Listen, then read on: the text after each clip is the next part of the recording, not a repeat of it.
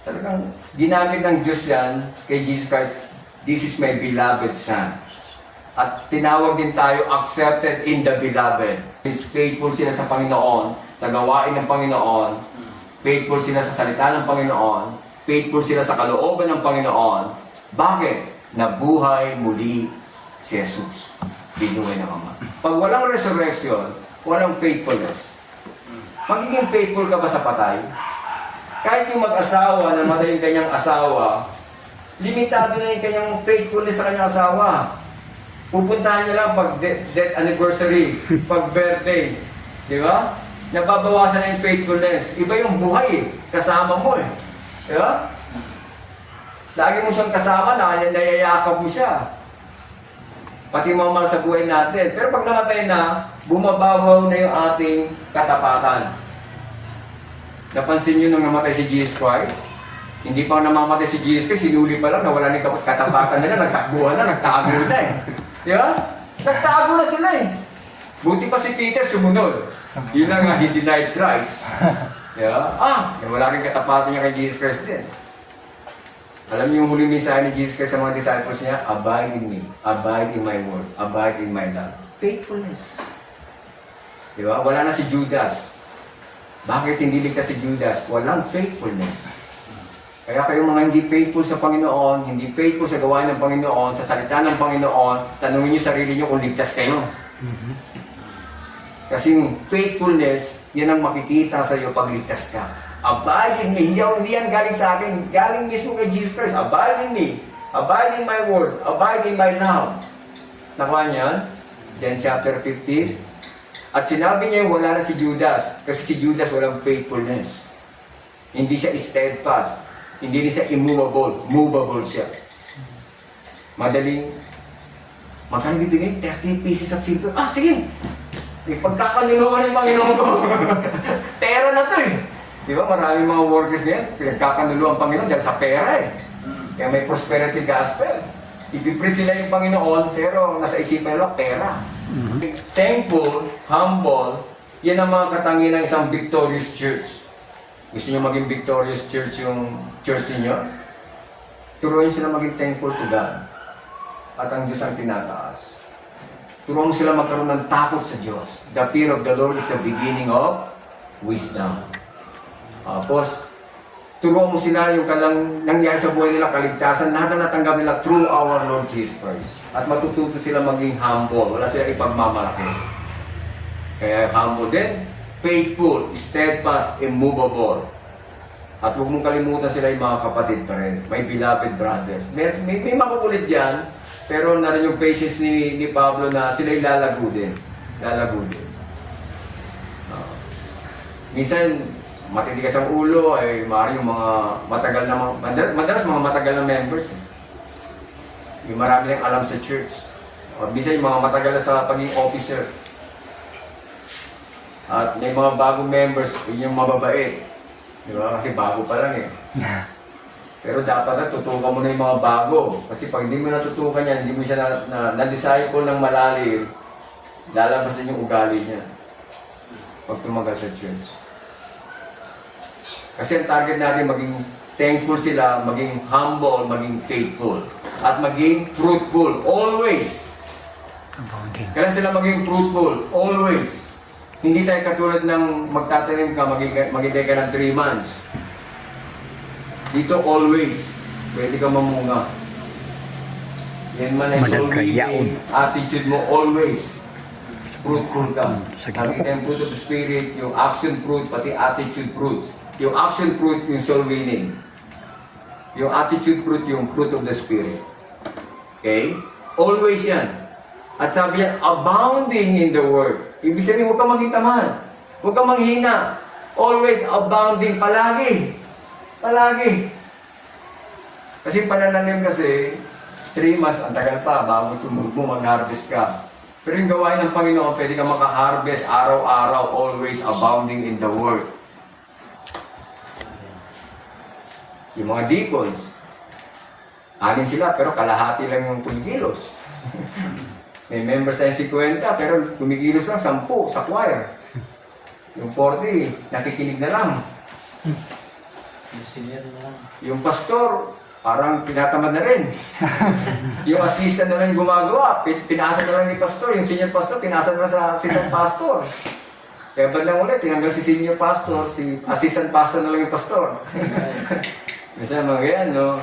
Kaya, in the Word, always abounding in the Word of the Lord. Kung yan ang binigay sa'yo ng Panginoon, mag-abound ka dyan. Mag-excel ka dyan. Diyan ka tinawag, diyan ka nilagay ng Panginoon, hindi para mag-relax, kundi mag-abound, mag-excel. Diyan ka lumago sa pagtuturo, sa pangangaral, lalo sa pagtuturo at pangangaral ng salita ng Diyos at panalangin. Kaya nung nagkaroon ng problema yung church, hindi lang pwedeng pabayaan. Hindi lang pwedeng pabayaan? The Word of God and prayer. Bakit? Hindi, pwede mong masabi yan kung talaga nag-aaral ka. Hindi ko pwedeng pabayaan yung pag-aaral ko ng salita ng Diyos. Paano ko yung mapapakain ng linggo? Pwede ako magbisita pero hindi araw-araw. Wala na akong time para mag-aral. Importante ito to feed you. Feed the flock of God, sabi ni Peter. And prayer. Pero kung nagpipray ka lang simple lang, at nag-aaral ka lang simple, ay gagawin mo lahat ng trabaho sa church na hindi naman yan ang pinaka-main work mo. Nag-excel ka sa visitation. Nag-excel ka sa choir. Ini-involve mo pa sarili mo sa choir. Maliban lang kung anniversary, minsan lang. Pero every Sunday, involve mo yung sarili mo sa choir. So, anong boses ibibigay mo bukas? At matindi yung practice ng choir. Lalo kung concert. Maliban lang kung iba speaker niya sa concert. Ipipreserve mo yung boses mo, yung pag-aaral mo, yung talino mo, para sa Sunday, mapapakain mo yung tupa mo. Ngayon, man ka man dito, maging businessman ka man, pero hindi ka involved sa gawa ng Panginoon, useless ang business mo, hanggang dito lang yan. Mayaman ka dito lang. Tandaan nyo, may award din sa langit. In the work of the Lord. Doktor ka man, lawyer ka man, teacher ka man, kung hindi ka involved sa work ng Panginoon, useless yan. Hindi mo may pagmamalagay sa Panginoon, naging masipag akong teacher sa public school. Ano tinuturo mo? History. May history ba sa langit? Tinuturo mo salita ng Panginoon. Baliba lang kung salita ng Panginoon dinadagdagan mo. Tingnan nyo, hindi lang siya fruitful, useful. Thankful, humble, faithful, fruitful, useful. Faithful ka nga, hindi ka man useful, hindi ka man available. Di ba? Humble ka nga, hindi ka man nagagamit. Ano pa, pakinataw ko sa'yo paging faithful. Alam niyo, maraming faithful husband pero nagtatrabaho. Maraming faithful na wife pero nagtatrabaho. Kasi yung faithfulness nakikita yan sa work. Masipag ka. Hindi ka lang faithful, nakaupo ka lagi. Dito ay, knowing that in the Lord your labor, ibig sabihin useful ka, is not in vain. Ginawa mo, hindi involved ang Panginoon, at wala ka sa gawain ng Panginoon, useless. Kasi ang katanggap-tanggap lang sa Panginoon, knowing, alam nila to. Alam mo mga kapatiran, knowing that in the Lord, your labor is not in vain. In the Lord na lang, sa gawain ng Panginoon not in vain. Mag-share ka ng gospel, not in vain. Magturo ka ng Sunday school, not in vain. Magtayo ka ng Bible study, not in vain. Magbigay ka sa gawa ng Panginoon na tamay motibo, not in vain. Mag-preach ka ng gospel, o mag-preach ka about Jesus, not in vain. Pero kung hindi ka involved dyan, o hindi ka pagdalo mo sa church, nakikinig ka ng salita ng Panginoon, umawit ka sa Panginoon, not in vain. Pero kung hindi ka involved dyan, useless ang ginagawa mo.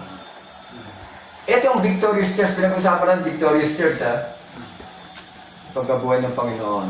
At masarap maglingkod sa Panginoon kasi naglilingkod tayo sa buhay. Subukan nyo maglingkod sa patay. Diba? Pero may naglilingkod sa patay, yung mga balsamor, nagbabalsa ng patay. Yan ang kanilang kay Pablo, for to me to live is Christ, and to die is gain. Yung mga pulinarya, to die, our gain. Pag kayo namatay, our game. Oh, yan ang kanilang motto. Basta. Pera yan pag namatay ka. Yan ang title. At yung title niya, magtutugma doon sa outline mo. Hindi magulo. Okay? Yung Victorious Church, thankful yan sa, actually object to God. Tapos, bakit sa God who gives us the victory? Kaya yung victory ng church, yan ay bigay ng Diyos. Kasi yung kanyang anak na buhay muli. Okay? Kaya huwag natin pagmamalaki, tayo dumami dahil sa lakas natin. Hindi. Inalaw ng Panginoon niya siya nagbigay ng victory. Kung nagkaroon kayo ng mga professional dyan na matatalino, nagbibigay, yan ay biyaya ng Diyos. Yan ay challenge sa iyo na mag-aral kang mabuti para lalo mo sila mapakain. Then through our Lord Jesus Christ, be humble. Wala tayong part. Yan ay part ni Jesus Christ. Through our Lord Jesus Christ. Kaya ako'y nalulungkot sa mga nagkikilig na Krisyano na sila'y may bahagi sa kanilang salvation, sanctification, redemption, para sila may bahagi. No? Yan ay through our Lord Jesus. Gawa ni Jesus kanya. Period. Huwag na natin idagdag yung sarili natin. Para sa inyo, meron sa inyo dito niwa sa free will. Yes, may free will. Nung nilalang si Adam. May question ba pala doon? May question ba? Naunawaan nyo, no? Yung title, yung outline, how to deliver the passage. Pwede nyo palawakin pa yan, pagandahin ba? Application, depende yan sa church ninyo. Okay. Ito, pastor, sa karang tema, magkapareha naman siya. Nangan dalawa. Yung ano? Yung title sa karang tema, magkapareho lang sila.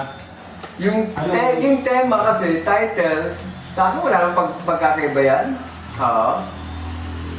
Pero sa iba, parang pampakyut lang, pampakyut. Kunwari, ang tema ninyo ay ang title nyo ay Know Christ, Preach Christ, Live Christ. Parang ganyan ba? Pero pag yung speaker ninyo, ang message niya, Preach Christ. Kasi, tungkol kay Christ eh. Kaya minsan binabago niya yung title niya. Minsan yung tema ninyo, pampakyut lang sa harapan. At doon nyo hinahango yung kung ano mangyayari sa buong araw na yun. Yung iba ay buong taon na nila. Yun ang kailang tema. Ito ang patataglo ko. Madalas sa church namin ngayon eh. Kung ano yung tema namin sa anniversary, yun ang tema ko sa buong taon. Yun ang expository ko. Okay? Yun ang madalas nilang maririnig sa pulpit. At hanap ako ng book, kung kailangan ng book, o kaya mga passages na mabibigat para lang ma-meet namin yung tema namin. Yun. Kung may speaker ako, hindi na sasabihin ko sa ito yung parating mo sa church namin na tinutuloy namin yung sinisiris namin yung team neto. The best expositor, no other than the Lord Jesus Christ. Paborito niya expository. He preached Old Testament and the coming New Testament. From Genesis to Revelation. Wala pa yung New Testament pero na-preach niya na.